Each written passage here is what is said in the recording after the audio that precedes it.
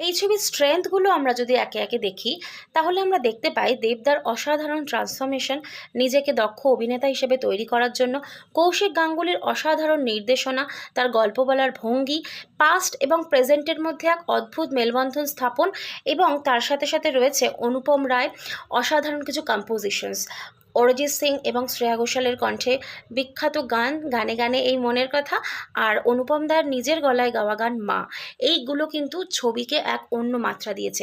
হ্যাঁ, নচিকেতারও একটি খুব সুন্দর গান কিন্তু এই সিনেমাতে রয়েছে। আর এই ছবিতে খুব সাধারণভাবে কৌশিক গাঙ্গুলি উপস্থাপন করেছেন অভিনেতা অভিনেত্রীদেরকে, যেটা তার কিন্তু নির্দেশনার এক অন্যতম ভঙ্গি। আর ছবিটির পিকচারাইজেশন কিন্তু অসাধারণ। তোমরা যারা দেখেছো তারা কিন্তু বুঝতেই পারছো যে বেশিরভাগটাই শ্যুট হয়েছে পাহাড়ে, নৈনিতালের লেক এবং ম্যাল রোড, বিভিন্ন পাহাড়ের অংশে কিন্তু ছবিটার আনাজ কানাজ তোমরা দেখতে পাচ্ছ, যেটা একটা বড় ক্যানভাস দিতে সাহায্য করে।